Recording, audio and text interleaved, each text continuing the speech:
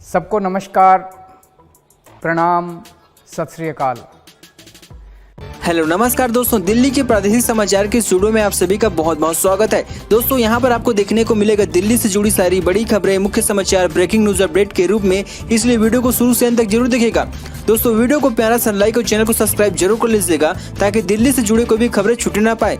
चलिए दोस्तों time waste न करते आगे बढ़ते हैं खबर की ओर। दिल्ली में बारिश से राहत के बाद फिर पड़ेगी भयंकर गर्मी, जाने मानसून कब देगा दस्तक। दिल्ली इंसान बीते 4-5 दिनों से मौसम काफी सुहाना बना हुआ है। झमाझम हो रही बारिश से दिल्ली की तपसी गर्मी से लोगों को राहत दी गई है, लेकिन अब एक बार फिर से दिल्ली का पारा पहले की तरह चढ़ने वाला है और दिल्ली में फिर से गर्मी का कहर लोगों को देखने को मिलेगा। मौसम विभाग के अनुसार 24 मई तक बारिश के अनुसार बने हुए हैं। उसके बाद 25 मई से पारा एक बार फिर से चढ़ेगा, जो 28 मई तक 42 डिग्री से 43 डिग्री सेल्सियस तक पहुंचने की आशंका जाहिर की है। कुछ दिनों की राहत के बाद दिल्ली वालों को एक बार फिर से भयंकर गर्मी का सामना करना पड़ेगा। हालांकि मौसम से पहले प्री मानसून की बारिश से दिल्ली एनसीआर में मौसम का रुख जरूर बदल दिया है। मौसम विभाग के मुताबिक 23 मई 18 सालों में दिल्ली का सबसे अधिक ठंडा वाला दिन रहा है। दिल्ली एनसीआर ने पिछले कई दिनों से लोग तपसी गर्मी की मार झेल रहे थे। इसी बीच अचानक से हुई बारिश ने लोगों को काफी राहत दी है। अगर इस बारिश की बात करें तो इसे लेकर स्काई मेट वेदर के वाइस प्रेसिडेंट महेश पलवान ने बताया कि दिल्ली एनसीआर इसके अलावा उत्तर भारत के दूसरे राज्यों में हुई बारिश की वजह से प्री मानसून की दस्तक है। अगले साल से वर्ष में 2 बार आयोजित हो सकती है CIT परीक्षा। कॉमन यूनिवर्सिटी इंट्रेंस टेस्ट को लेकर है ये तैयारी। यूनिवर्सिटी में एडमिशन के लिए इस बार से आयोजित होने वाले कॉमन यूनिवर्सिटी इंट्रेंस टेस्ट को लेकर नई तैयारियां चल रही है। सब कुछ योजना के मुताबिक चला तो संभव है कि अगले साल से CUT परीक्षा साल में 2 बार आयोजित कराई जाएगी। UGC ने ऐसे संकेत दिए हैं। यूनिवर्सिटी ग्रेड्स कमीशन के chairman doctor S Jagdish Kumar ने इसके बारे में बात करते हुए कहा कि हो सकता है CUT परीक्षा साल में 2 बार आयोजित कराई जाए, ऐसा अगले साल से ही होने लगेंगे। PTI की रिपोर्ट के मुताबिक UCG अध्यक्ष ने इस मौके पर बातचीत करते हुए इस बार CUG परीक्षा के लिए आए कुल आवेदनों का डेटा भी शेयर किया। उन्होंने बताया कि इस बार CUT UG में करीब 11 लाख आवेदन आई हैं। इनमें से 9 लाख के करीब छात्राओं ने फीस भी जमा कर दिया है। DTC के बेड़े में 150 AC इलेक्ट्रॉनिक बसें समेत सीएम केजरीवाल ने दिखाई हरी झंडी। दिल्ली के मुख्यमंत्री अरविंद केजरीवाल ने मंगलवार को 150 इलेक्ट्रॉनिक AC बसों का उद्घाटन किया है। इस दौरान दिल्ली के परिवहन मंत्री कैलाश गहलोत मौजूद रहे। बसों के उद्घाटन के बाद मुख्यमंत्री और परिवहन मंत्री ने इलेक्ट्रॉनिक AC बस की राइड भी ली है, जिसे लेकर मुख्यमंत्री ने कहा कि इलेक्ट्रॉनिक AC बसें बेहद ही शानदार बसें हैं। यात्री के लिए इसमें बेहद आरामदायक सफर होगा। इसके लिए मुख्यमंत्री ने सभी दिल्ली वासियों को बधाई भी दी है। मुख्यमंत्री ने कहा कि जब घर में कोई नई चीज आती है तो लोग उनको बड़े शौक से इस्तेमाल करते हैं। इसके लिए अगले 3 दिनों तक इन इलेक्ट्रॉनिक AC बसों से दिल्ली वासियों के लिए पूरी तरीके से मुफ्त सेवा दी जा रही है। यानी कि इन बसों में 26 मई तक सभी यात्री के लिए निःशुल्क यात्रा रहेगी। किसी तरीके से किसी यात्री से कोई टिकट नहीं लिया जाएगा। मुख्यमंत्री ने कहा कि दिल्ली वाले इन बसों में यात्रा करें या यात्रा के बाद अपनी एक सेल्फी हेयर स्टाइल से जरूर शेयर करें। इन बसों में यात्रा के दौरान अपना अनुभव साझा करें। दिल्ली के बारिश में 18 सालों में सबसे ठंडा मई में सोमवार का दिन न्यूनतम तापमान 17.2 डिग्री सेल्सियस पहुंचा। दिल्ली शहर में इस साल 2022 मार्च के महीने से ही गर्मी ने रिकॉर्ड तोड़ दिया था। फिर अप्रैल मई के महीने में तपती गर्मी से दिल्ली वासियों को बुरा हाल रखा था। इसी बीच सोमवार को हुई बारिश की वजह से दिल्ली में काफी राहत मिली है। मौसम विभाग के अनुसार इस सोमवार का दिन बीते 18 सालों में मई का सबसे ठंडा दिन रहा। इससे पहले 2004 में 1 मई के दिन सबसे कम तापमान 16.7 डिग्री सेल्सियस रिकॉर्ड किया गया था, जबकि बारिश होने के बाद सोमवार में न्यूनतम तापमान 17.2 डिग्री सेल्सियस रहा। मई में सबसे कम तापमान रिकॉर्ड 2 मई 1982 के दिन था, 15.2 डिग्री सेल्सियस रिकॉर्ड किया गया था। दिल्ली के बारिश से सरे कुछ स्टेशनों पर 24 घंटों से कम समय में 50 मिनट से अधिक बारिश दर्ज की गई। सफदरजंग में न्यूनतम तापमान 17.2 डिग्री सेल्सियस दर्ज किया गया। वहीं तेज हवाओं के साथ हुई बारिश के चलते हवा में मौजूदा प्रदूषण में भी काफी सुधार हुआ है। कुतुब मीनार विवाद के बीच जानिए किसने बनवाई थी ये ऐतिहासिक इमारत और क्या है इसका इतिहास। कुतुब मीनार परिसर में पूजा के अधिकार की मांग वाली याचिका पर आज दिल्ली के साकेत कोर्ट में सुनवाई हो रही है। इस याचिका में दावा किया गया कुतुब मीनार में हिंदू देवी देवताओं की कई मूर्तियां मौजूद हैं। अदालत में अर्जी की गई है कि कुतुब मीनार के इस परिसर में हिंदू और जैन देवी देवताओं की बहाली और पूजा करने का अधिकार मिले। याचिका में दावा किया गया कि कुतुब मीनार परिसर में हिंदू देवी देवताओं की मूर्तियां हैं। 27 हिंदू और जैन मंदिरों को ध्वस्त कर कुतुब उल इस्लाम मस्जिद बनाई गई थी। परिसर में कई जगहों पर कलश, स्वादिष्ट और कमल जैसे प्रतीक चिन्ह हैं। इन सब के बीच भारतीय पुरातत्व सर्वेक्षण विभाग के हलफनामा दाखिल कर याचिका को खारिज करने की मांग की है। कुतुब मीनार को लेकर जारी विवाद के बीच जानिए इससे जुड़ी सभी जानकारियां। देश की प्रमुख ऐतिहासिक इमारत में से है कुतुब मीनार। कुतुब मीनार को भारत का सबसे ऊंचा पत्थरों का स्तंभ कहा जाता है। कुतुब मीनार कई अन्य स्मारकों में घिरा हुआ है और इस पूरे परिसर को कुतुब मीनार परिसर कहते हैं। हरियाणवी सिंगर और अभिनेत्री संगीता उर्फ दिव्या इंदौर की हताहत कर दी गई है। दिल्ली की रहने वाली सिंगर दिव्या अरोड़ा को शूटिंग के नाम पर रोहतक ले जाकर हताहत कर दी गई और शव को दफना दिया गया था। मामले सामने आने के बाद से हड़कंप मच गया।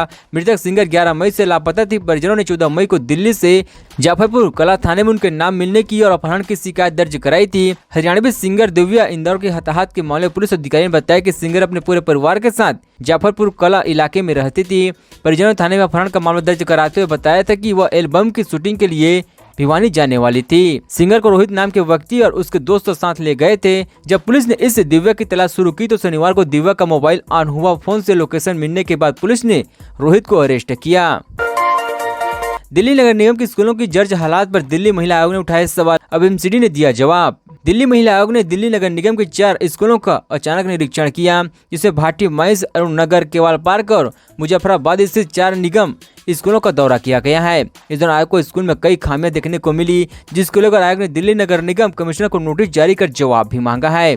जिस पर जवाब देते हुए दिल्ली नगर निगम ने बताया कि भाटी मई से स्थित दक्षिण दिल्ली नगर निगम प्राथमिकी शाला बाल विद्यालय जो कि वन विभाग की जमीन पर बना हुआ है, जिसके कारण दिल्ली नगर निगम स्कूल के भवन का पक्का निर्माण नहीं करा पा रही है। आयोग ने इस स्कूल की जर्जर इमारत को लेकर निगम को नोटिस जारी किया है। इसके साथ ही आयोग ने निगम के स्कूल का दौरा करने के दौरान पाया कि एक ही क्लास में काफी संख्या में बच्चों को बैठाया गया है, जिसको लेकर निगम का कहना है कि निगम के स्कूल को 2 शिफ्ट में स्कूलों को चलाना चाहिए, लेकिन वर्तमान समय विद्यालयों में मिशन बुनियादी कार्यक्रम के तहत केवल एक ही पाली में स्कूल संचालन किए जा रही है। इसी कारण से एक ही कक्षा में अधिक बच्चों को बैठाने पड़ रही है। आयोग ने स्कूल में पानी का इंतजाम न होने को लेकर भी निगम से जवाब मांगा है, जिसको लेकर निगम का कहना है कि विद्यालय में दिल्ली जल बोर्ड का कनेक्शन न होने के कारण पानी की समस्या आ रही है।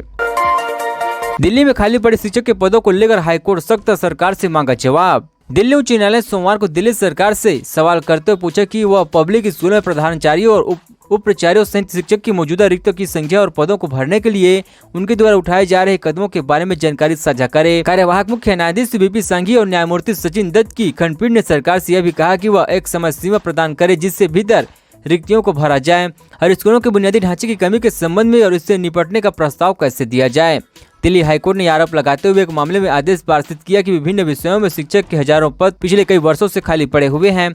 याचिका में आरटीआई कानून से मिली जानकारी के हवाला देते हुए कहा गया कि स्कूल में प्रधान पाठकों के 950 में से 755, उप प्राचार्य के 1670 में से 418 पद खाली पड़े हुए हैं। यमुना को साफ करने की बाकायदा हुई तेज। दिल्ली में केमिकल से गंदे पानी को साफ करने की योजना शुरू। दिल्ली जल बोर्ड ने दिल्ली के सभी 34 सीवर ट्रीटमेंट प्लांट में केमिकल के जरिए सीवर के पानी को घोषित करने की योजना बनाई गई है। इससे सीवर के पानी की गुणवत्ता में 82% तक का बड़ा सुधार देखने को मिला है। सीवर का पानी यदि साफ होकर यमुना में गिरेगा तो इससे यमुना कम गंदी होगी। वर्तमान में यमुना बिहार में इस तकनीकी से पानी शोषित किए जा रही है। वही ठाला रिजर्व उपचार संयंत्र और सोनिया बिहार में जल्द यह तकनीकी अपनाई जाएगी।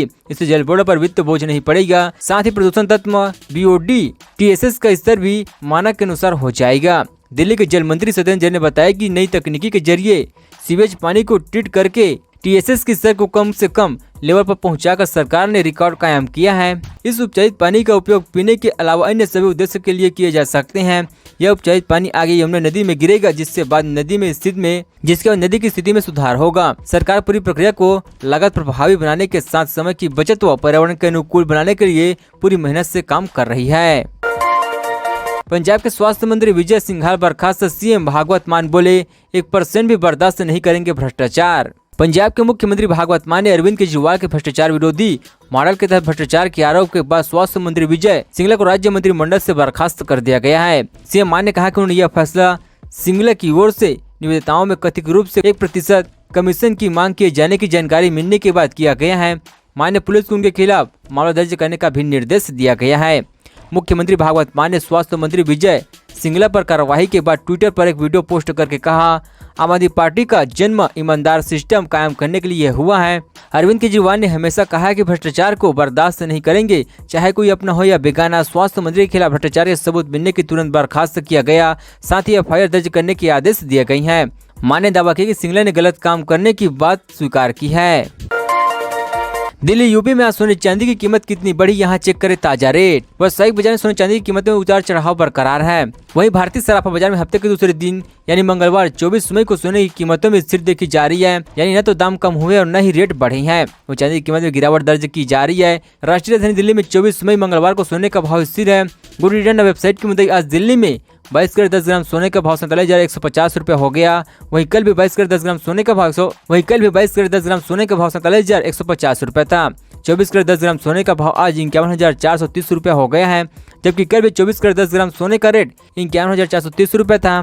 बात करें चांदी की तो दिल्ली में आज चांदी खरीदना सस्ता हो गया। आज 1 किलोग्राम चांदी की कीमत 61,300 रुपये प्रति किलोग्राम हो गई है। आर्थिक संकट से जूझ रहे श्रीलंका में पेट्रोल 420 और डीजल 400 प्रति लीटर के भाव पर। आर्थिक संकट से जूझ रहे श्रीलंका में मंगलवार को पेट्रोल की कीमतों में 24.3% और डीजल की कीमतों में 38.4% तक की बढ़ोतरी की है। श्रीलंका विदेश मुद्रा भंडार की कमी के कारण भीषण आर्थिक संकट का सामना कर रही है, जिसके चलते यह बढ़ोतरी की गई है। पड़ोसी देश 19 अप्रैल के बाद ईंधन की कीमतों में दूसरी बढ़ोतरी है। इसके साथ ही सबसे अधिक इस्तेमाल किए जाने वाले ऑक्टेन 92 पेट्रोल की कीमत 420 रुपए प्रति लीटर और डीजल की कीमत 400 रुपए प्रति लीटर हो गई है, जो अब तक उच्चतम स्तर है। भारतीय प्रमुख तेल कंपनियां इंडियन ऑयल कॉर्पोरेशन की श्रीलंका सहायक कंपनी लंका IOC ने भी ईंधन की खुदरा कीमतों में वृद्धि की है। LIC के CI मनोज गुप्ता ने कहा कि हमने सिलोन पेट्रोलियम कॉर्पोरेशन की बराबरी करने के लिए कीमतें बढ़ाई है। CPC श्रीलंका सार्वजनिक क्षेत्र की तेल कंपनियां हैं। दोस्तों खबरों का सिलसिला बस यहीं तक। दोस्तों वीडियो जानकारी आपको अच्छा लगा, वीडियो को प्यारा से लाइक कीजिए। दोस्तों आप दिल्ली निवासी थे, हमारे चैनल को सब्सक्राइब कीजिए, दिल्ली जुड़ी सारी बड़ी खबरें इस तरह से मिलते रहे। चलिए दोस्तों अगले वीडियो में मिलते हैं। जय हिंद जय भारत।